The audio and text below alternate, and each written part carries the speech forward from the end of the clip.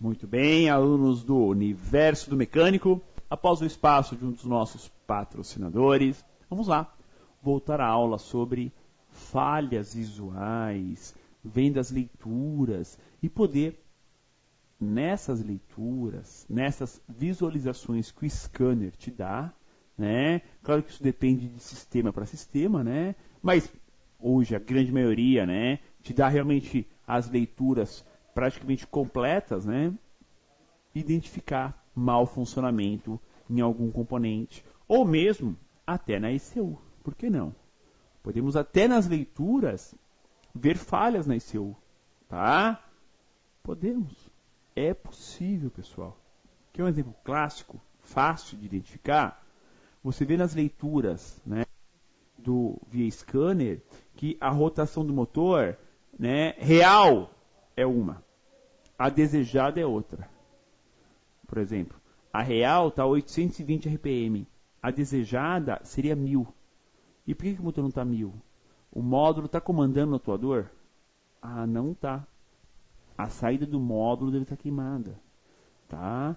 Então você consegue, até atuadores, né, ver o que a ECU está ou não querendo comandar. Só que, claro, isso varia muito de sistema para sistema, tá? Não é todos os sistemas, não, é de sistema para sistema. Falhas visuais. É bem simples e visual, em destaque em vermelho, os itens de sinais controlados pela ECU, que estão fora do parâmetro convencional. Sempre lembrando que esse parâmetro é do scanner. Então, parou tudo aí, pessoal. Atenção. O parâmetro que aparece, mínimo e máximo, na tela do scanner ou no computador, não é do módulo da injeção eletrônica. Parou tudo, hein? Prestar atenção nisso. Esse parâmetro está inserido no scanner. Ou seja, o fabricante do scanner, com um programador bem experiente, com uma equipe experiente, marcou os valores mínimos e máximos para aquele componente, para aquela leitura. Então, aquele mínimo e máximo, né, seja aí o Visual Graphic, uma análise gráfica, análise visual, né, os parâmetros aí em gráficos não são da ECU. Ah, então eles não são 100% confiáveis?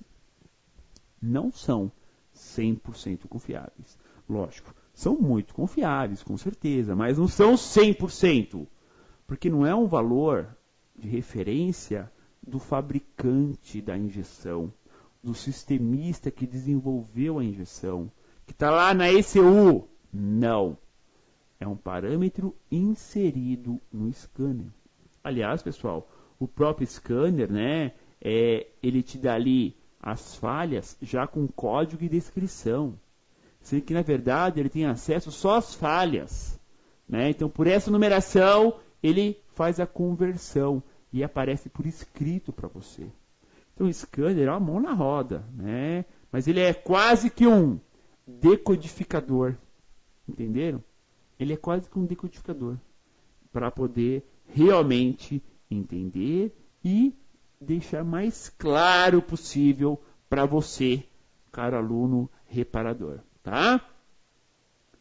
E essa função bonita aí, ó, parece um exame do coração, né? Um exame cardiovascular. O coração aí tá bom, hein? Tá bombando o coração. É a função gráfico. É bem visual. São telas, né? 1, 4, né? 2. Você pode optar, dependendo do scanner. Claro, nessa tela você vai enxergar aí em scanners grandes, que tem a tela grande, ou na tela do computador, do notebook, tá? Mas é bem interessante. A função gráfico vai estar fazendo o quê? Pegando aquele valor de tensão, aquele valor, né, de frequência que o sensor está mandando para o módulo e vai transformar isso num gráfico. Ou seja, vai desenhar aquele sinal elétrico. E não é só sinal de entrada não, né? Também os comandados do módulo também vão ficar desenhados num gráfico. Tá? E aí, o que é interessante? Temos dois detalhes. Primeiro, se eu começo a analisar o gráfico, eu entendo como que funciona o componente. É muito legal isso, pessoal. Eu começo a visualizar como que é o componente. Tá? E outra, alguma falha intermitente no meio do caminho, eu já descubro isso. Tá? Eu já consigo enxergar no gráfico. Vamos à teoria dessa função gráfico para vocês. Tá? É a forma que o scanner tem de apresentar em sua tela ou no computador o sinal em forma de gráfico. Não é um sinal de osciloscópio. Eu não estou indo lá no sensor medir o gráfico do sensor. Nada disso. Mas é legal também, ajuda muito. É o sinal elétrico em tensão no formato de gráfico.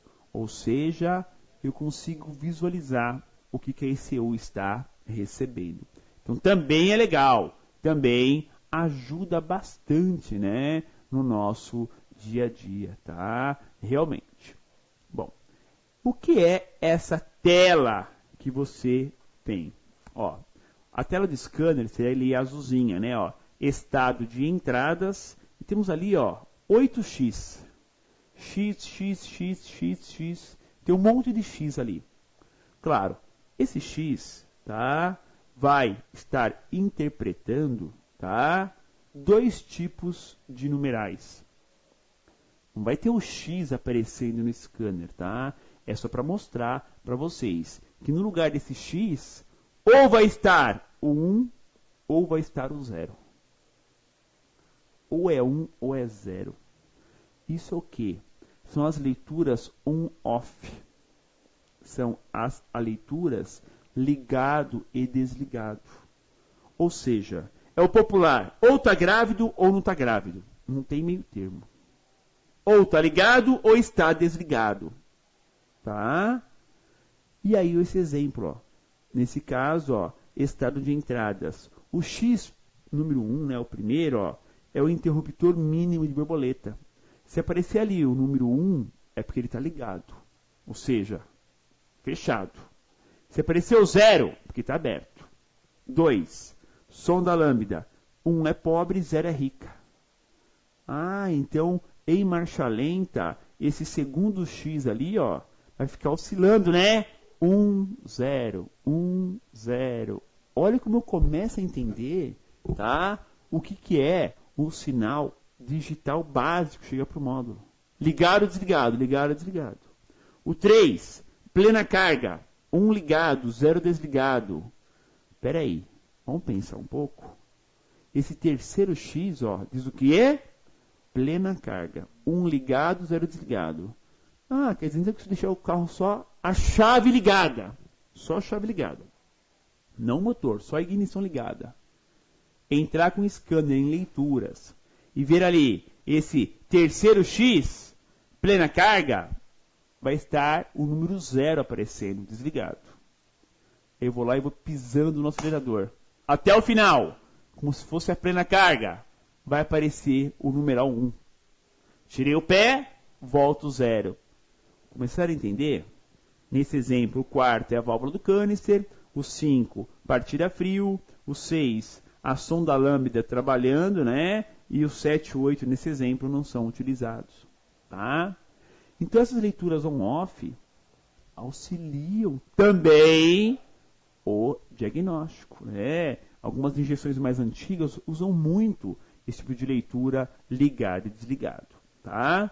É a unificação de sinais do tipo ligado ou desligado, ou seja, não há valores nessa tela, né? Leituras dos respectivos sinais, mas à função, ligado ou desligado.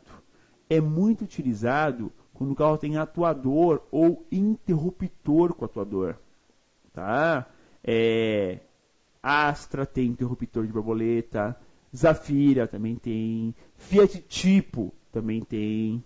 Ou seja, auxilia muito algumas leituras de componentes rápidos, porque são tudo tipo ligado, desligado, ligado e desligado, tá? E essas leituras rápidas, então, para que serve? Né? Ó, leituras rápidas, ó. Olhem quantas leituras na tela de um computador eu coloquei, ó. 4 na horizontal, mais 6 na vertical. Ou seja, temos aí o exemplo de 24 leituras simultâneas. Tá? Ou seja, eu bato o olho e vejo ali rapidamente os componentes. Visualizo rapidamente o que está verdinho, o que está bom, e o que está azul. O que está vermelho, né? O que está ruim. Auxilia. Pessoal, defeitos, leituras rápidas. Tá? Também, nessas leituras rápidas, em alguns sistemas, permite captar uma falha chamada falha ou leitura congelativa. O que é isso? Estão vendo essa telinha aí, né? Com várias leituras? Pois bem, tira uma foto dessa telinha. Você congelou aí essas 24 leituras. Legal? Congelei? Tá. Tirei a foto dessas leituras. Agora imagine isso, o próprio módulo da injeção fazendo na hora que capta uma falha. Então estou lá, o dono do carro, viajando com o carro, tá na estrada, a luz da injeção, pumba, acendeu no painel. Se a luz acendeu, o módulo detectou uma falha. O que ele faz nesse instante? Pega essa tela aí, clique, tira uma foto. Ou seja, em alguns sistemas, quando você vai fazer o código de falha ou de leituras, e aparecer a possibilidade dessas leituras congelativas, vai ser isso. Vai te dar o código da falha, sensor de fase. E como estavam todos os outros sinais no momento que deu o defeito. Ele captou o defeito e clique, tirou uma foto dessa tela. Seria mais ou menos isso. Tá? Então vamos lá, ó. Leituras rápidas.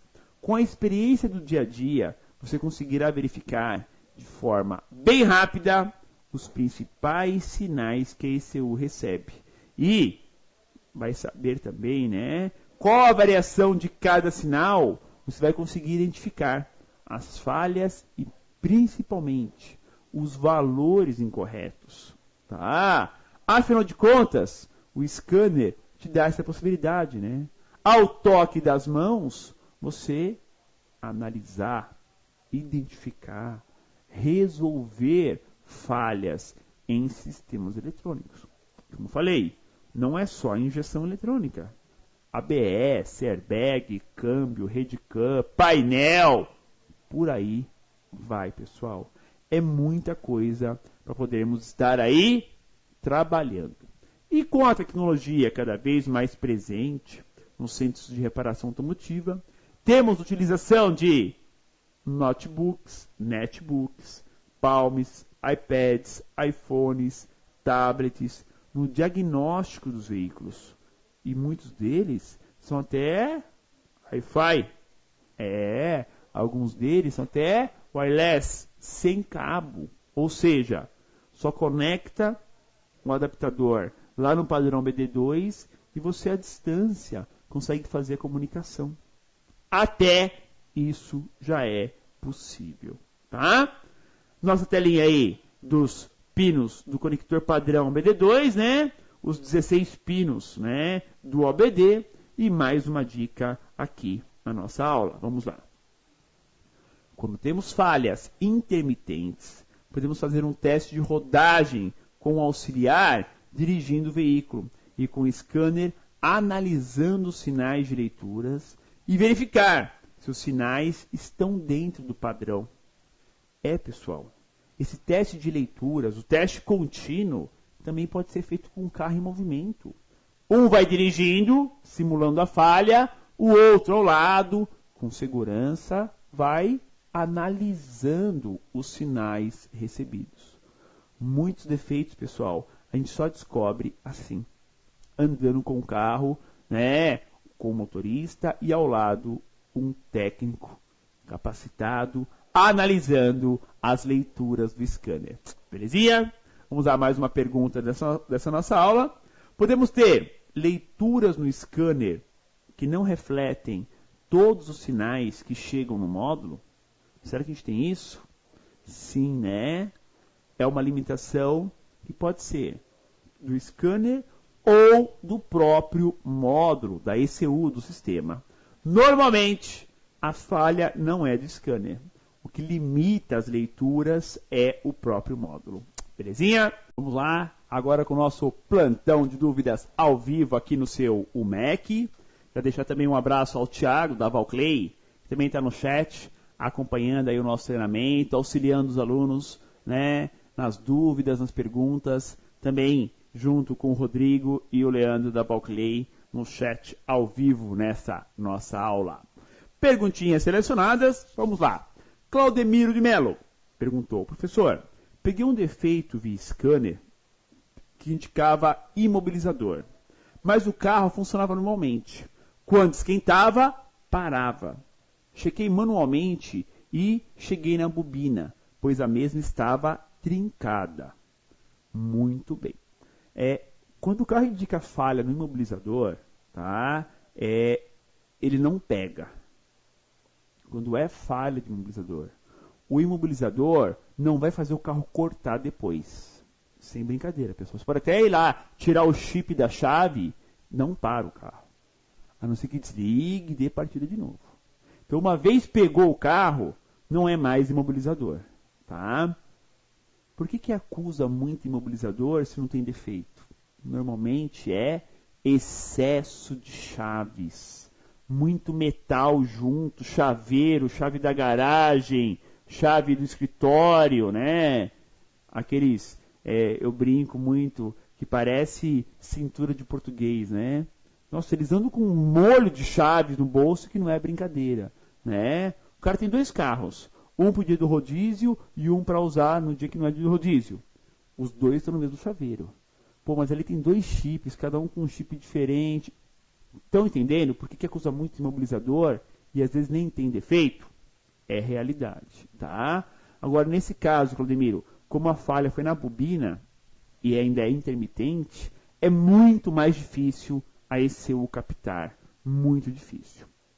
Almir Donizete Bergamini: corre o risco de desprogramar alguns tipos de veículos com scanner, depois não conseguir programar? Não. Não. Lógico. Existem algumas possibilidades de você adaptar módulo. Por exemplo, quando você vai trocar um módulo ou trocar uma central do imobilizador. Mas normalmente, para chegar nesse ponto, ou o scanner te pede uma senha do próprio scanner, ou ele faz várias perguntas. Tem certeza? Você quer continuar? Quando aparece a pergunta assim, ó, tem certeza? Você quer continuar? Pare e pense o que está fazendo. De repente você pode sim influenciar numa programação do módulo, tá? Washington Lucena Bandeira: professor, o sinal da sonda fica mais rápido do que em leituras no gráfico? Fica mais visual. Particularmente, eu gosto muito de utilizar teste de sonda lambda via scanner no sinal gráfico. Eu vejo ela rica, pobre, pobre. É mais visual. Você consegue analisar muito melhor. Tiago Antonello: como se faz a codificação de chaves? No meu caso, eu tenho um NAPRO e para realizar a codificação, ele pede um código de 4 números. Como consigo esse código? Legal. São 2 possibilidades. É uma proteção do próprio scanner, então o fabricante de scanner tem esse código, mas tem carros que ele pede o código do carro. Lembrados? Cartão Infocard, né? O cartão da Fiat que tem a senha, o chaveirinho para raspar a raspadinha da linha Volkswagen. Então alguns também pedem uma senha que é do carro, tá? E aí não dá para inventar, tem que ser a senha certa. Linha Peugeot tem que pedir para a concessionária, Citroën também, e por aí vai, tá? Raimundo Batista, olá professor, tenho o scanner e estou com uma Montana 1.4 2011. Ela chegou na oficina com vários defeitos, com 36. A luz estava acesa, você apaga o defeito, a luz apaga, mas continua gravando. Como faço para limpar a central? Bom, primeiro, são duas possibilidades. Pelo que você falou, um carro 2011 é bem novo. Tem que saber se o sistema que você está entrando no scanner é o do carro. Porque houve alterações de 2011 para cá. E às vezes o seu scanner não está atualizado. Eu acredito, se tratando aí de Montana 2011, é erro de comunicação. O seu scanner não tem um sistema de injeção específico para esse carro. Ele até comunica, mas não está fazendo o trabalho de casa corretamente. Marcelo Godoy. Professor, tem muitos fabricantes de scanner mostrando sinal de gráfico e falando que é osciloscópio. É uma realidade. No mercado o pessoal acaba mesmo, né, analisando isso e pensando em vender a função gráfico do scanner como osciloscópio. Não é. O osciloscópio é uma ferramenta direta. Você vai lá e capta o sinal no sensor, no chicote. Ele mostra na tela. A função gráfico é um sinal já que está na ECU, foi para o scanner e o scanner vai processar. Não tem nada a ver uma coisa com a outra. Ok? Muito bem, caros alunos do Universo do Mecânico, finalizamos aqui mais uma aula técnica. Obrigado por estarem conosco. Um grande abraço ao pessoal da Valclay, que estão aí no chat até agora. Obrigado e até a nossa próxima aula. Meu nome é Gerson Santos, eu sou responsável técnico pelo saque da Sampel. Hoje eu vou deixar uma dica para vocês aí. Na aplicação do coxim superior do amortecedor do Palio, nós temos aqui esse coxim, onde devemos mostrar a montagem do ressalto. Esse ressalto no lado interno, que seria isso daqui para a direção mecânica. Esse é o ressalto, montagem. Do outro lado, do mesmo jeito, ressalto interno, nessa condição. Isso para direção mecânica. Um Palio 2008 e aqui temos um Palio 2010, onde nós vamos observar a parte do ressalto para fora, que seria direção hidráulica. Nos dois lados, esse ressalto ele vai ficar nessa condição sempre para a direção hidráulica. Eu utilizo o mesmo coxim para a versão hidráulica com ressalto para fora, e lá na condição de direção mecânica eu vou utilizar o coxim do direito para o esquerdo.